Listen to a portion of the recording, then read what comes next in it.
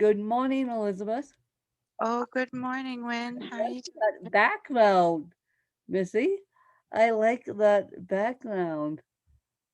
Yeah, this one I'm not sure what it is, but it is I believe it's a reflection pool at the Yeah. bottom of the Oh, house. good. Good. So, how this is going to work is I'm going to introduce the show and then introduce you. So, welcome to Ask Gwen, everyone. I have the honor and privilege of interviewing Elizabeth. I don't know if you guys remember when I interviewed Sean Douglas and Gail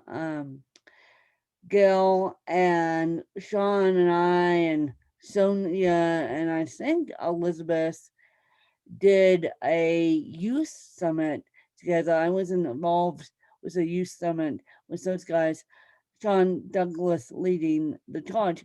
So I have, as I said, I have the privilege and honor of now finally interviewing Elizabeth. And so I'm going to let Miss Elizabeth take it away. Well, hello, Win. Thank you for the warm introduction. I very much enjoy spending time with Sean Douglas and Gail Frankel during their Hug and a Mug meetings on Fridays at 9. That's Yeah. an open meeting for everybody to come and attend. Um, I am the owner of Collaborative Creators. I work as a virtual assistant. I help individuals get to finalize their offer, what they're doing in business. I have I have two children, a 5-year-old and a 7-year-old, and she's going to pop in the interview because they're doing remote Just learning in wants the to, just wants to.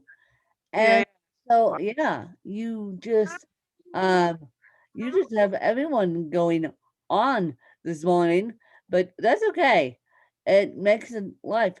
But how would you say that remote learning is going for you guys? And how is it balancing a business between remote learning? I wanted to ask them on this since COVID started. How is it balancing the business between remote learning? So what I have to do often is block scheduling. The remote learning has to happen at specific times, and it winds up being around still the school district schedule. So it's different than homeschooling. I also work with Lexia Learners. Lexia Learners does a lot of things for homeschooling and one-on-one tutoring for children with dyslexia. And they've been teaching me a lot of the differences between homeschooling and remote learning. But with remote learning, you still keep in contact with the teachers in the district pretty much every day. And I take a lot of pictures. We do uh, not interviews, but classes with them. And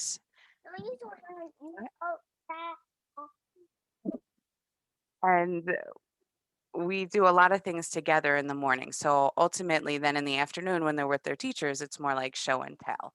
Then with my business, I wind up incorporating a lot of what I do in my business along with what my children are doing. So when my daughters were first starting speech, and I realized that I needed to slow down with my speaking, I started working with VIP Kid.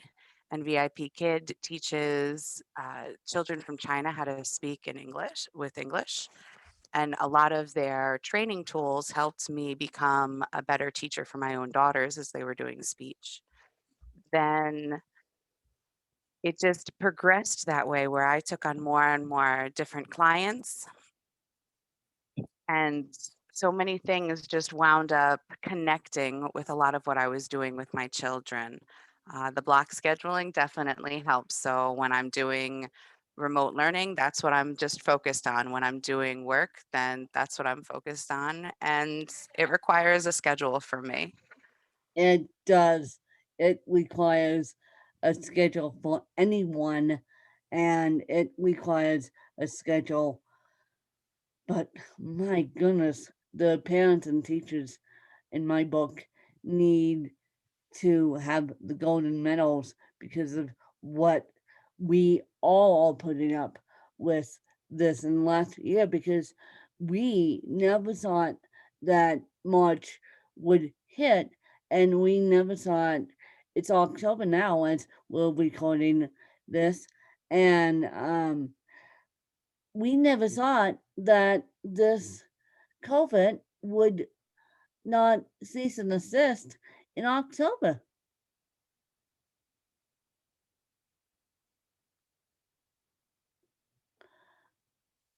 Well, this is true. It was different.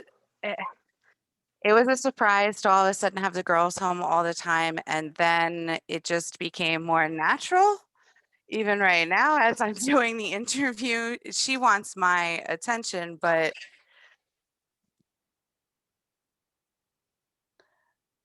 It just it literally just became more natural having kids and adults and cats and dogs and everything else around.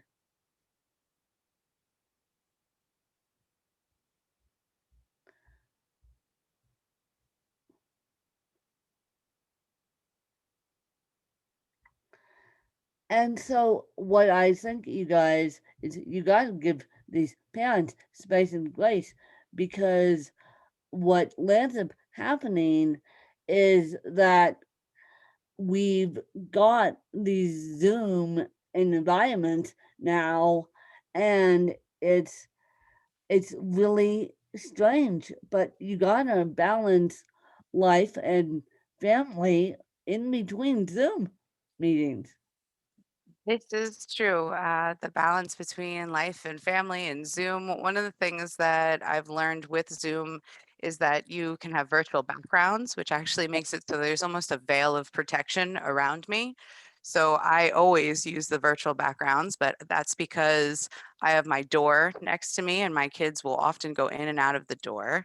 If they come out and perhaps they're not all the way dressed, I can change them off to the side and no one really ever noticed. I also do things where they come to me with food and I'll give them food really right next to me on the left-hand side and nobody ever sees. I have a big toy box of just things like you saw the ball that she was playing with before. I'll wind up having Yeah, this when I'm working with students. And then really what we've been learning how to do is how to keep children engaged even though they're not together and they're on these video calls. It's really important to remember that when we're on Zoom that we're all together and we can still see each other eye to eye. And I think that helps. It's been a learning process. And when the schedule is not always the same, that can cause hiccups like just before. Like normally this time when I'm doing this interview at the moment would be her time. So it's important to explain to them when you're doing work and how to accommodate their needs in that moment if there is a change in the schedule. I try yeah, my best. you try your best, I try but my that always doesn't work. And what is your favorite book? Oh, my favorite book right now, I'm reading The Daily Stoic, and I really enjoy that. But then my other favorite book is actually one that I've been working on, and it's The 12 Principles of Success with Eric G. Reed. And it hasn't even really been published yet. It's been something that we've been working on each month where we have a group meet together and there's a chapter, a workbook, a video, and then the group lesson and that book has been created because I was just consumed with his content online. He had hundreds of blog posts, he had hundreds of videos, and I wrote him one day and I said, "Oh, this needs to become a book." And since then, he's been writing his book, and I find that I really enjoy philosophy. I have a philosophy degree, also a criminal justice and a law degree, but the philosophy degree is really something that goes to my heart because I think that it provides a firm foundation for the way to think and to process information. And what he's done within the 12 principles of success is he's broken it down into a lot of foundational theories. And then as I've been applying them to my life, I've found that not only has my home life gotten better with my girls, but also my business has thrived as a result. And it's been based on applying the book that we're writing and reading together. How cool is that? How Yeah. cool is that? So the 5 principles. Yes, you guys, this book isn't published yet, Not but it's published yet. It'll be at the in January. So and it's the 12 principles. 12 Everybody's got a prin number. Yeah, 12. And it 12. wound up breaking. There's a principle for each month. Why did I say 5? I meant Oh, 12. okay. Days. I meant 12. How cool is that? And so if you had to move and take 5 things with you and yes, your family could come, what would they be? If I wanted to leave right now and only have 5 things, I would say that I would take my computer because it's essential. My daughter's computer is also an essential thing. Uh, some clothing because I don't want to not have any clothing. Some of my daughter's favorite toys, if possible. So if I would say I'd have like one bag that would have lots of different toys in it, so I'm gonna cheat your system just a little. Yeah, yeah, Uh, that's 3, right? that's 3. Mm, maybe a pillow, but I don't even think that that is something Yeah, that well, a pillow could come, I mean, geez, pillow can come. yeah, a pillow could come, whatever makes you happy at this point, whatever makes people happy at this point. And then I also play the clarinet, so I would bring my clarinet Oh, with. you do? I did not know that. I did not know that. You do play a musical instrument. I play the clarinet and the viola. And actually, I have a podcast called Create Amusement. And with that, I just sing lullabies. They're lullabies and songs of prayer. My oldest daughter, she told me that she wanted to be able to hear the songs that I sing to her at night wherever she was. So I started recording them and uploading them there. How cool is that? How cool is that? You're creating a legacy for your kids. And as we wrap this interview up, do you have any questions for me?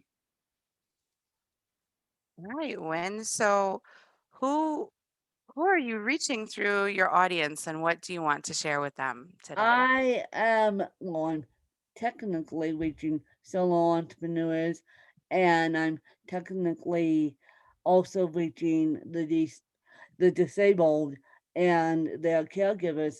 And in most capacities, I want to educate people about disabilities and how to be kind. Number one, be kind to the disabled population because, and I think I'm doing a good job of it. Because what I've noticed is during the time we sit in, which is COVID, on October 27th, um, I am thinking that it's going to be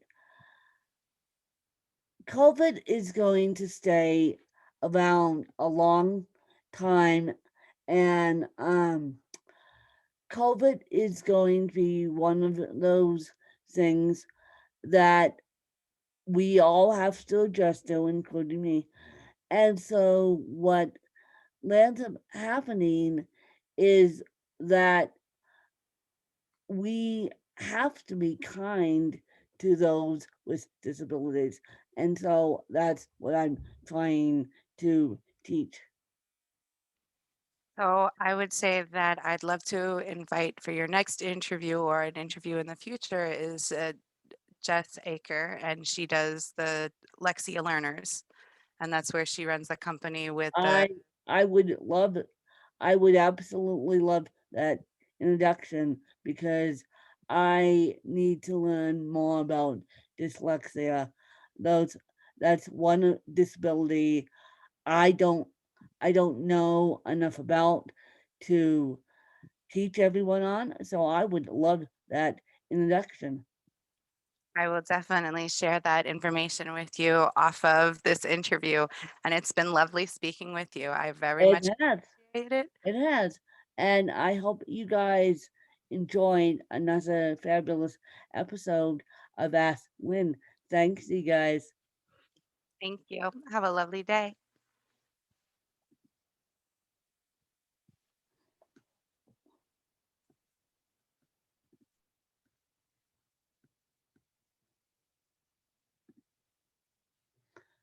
Hi, Mike. Hi, Win. How are you? How are you? You Yeah, doing really well. weren't on my schedule today, but